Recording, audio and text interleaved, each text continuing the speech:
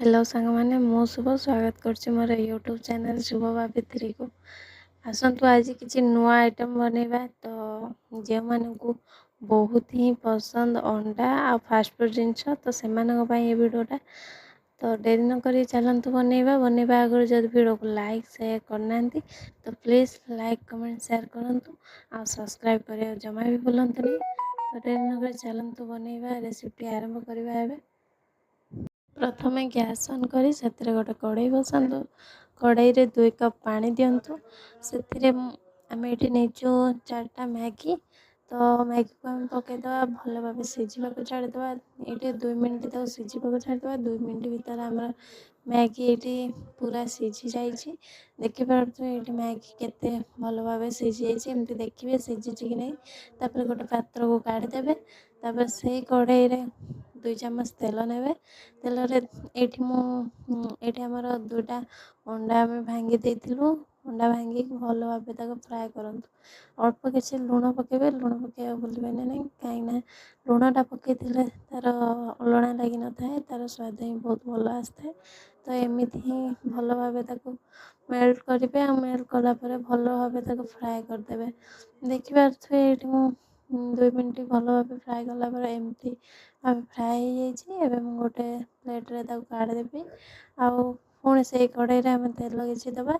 तेल दे से आम कटा लंका आउ कटा होता पियाज को पकई भल भाव जारिबा ये लंका पकई किसी समय पर आम पियाज पकईबा कहीं लंका टे होगला आमको पियाज पकड़े भल होता है सांगे सांगे लंका पकई पियाज पकईबा नहीं। तो ये लंका पकई सारे पियाज पकईबे टिके समय पर छाड़िकी आम भल भाव ये पियाज को जरइबा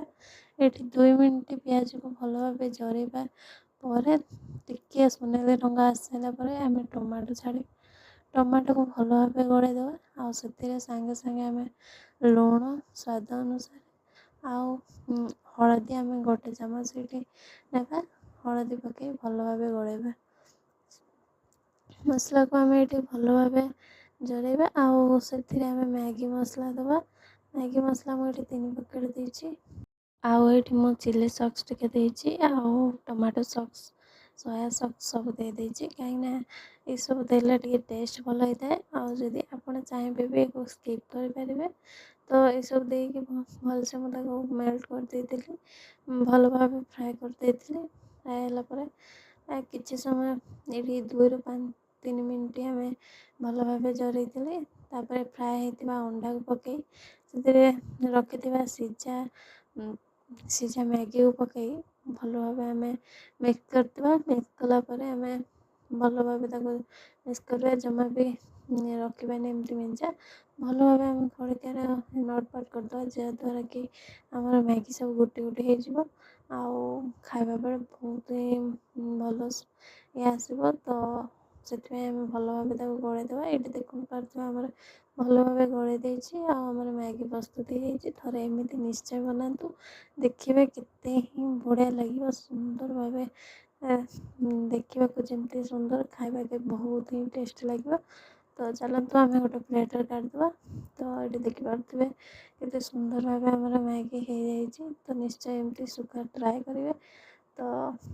जदि वीडियो भल लगी था सब्सक्राइब कर जमा ही भूलें लाइक कमेंट करेंगे आपण सांग पाखु निश्चय शेयर करेंगे रोज जय जगन्नाथ देखा नेक्स्ट रेसिपी।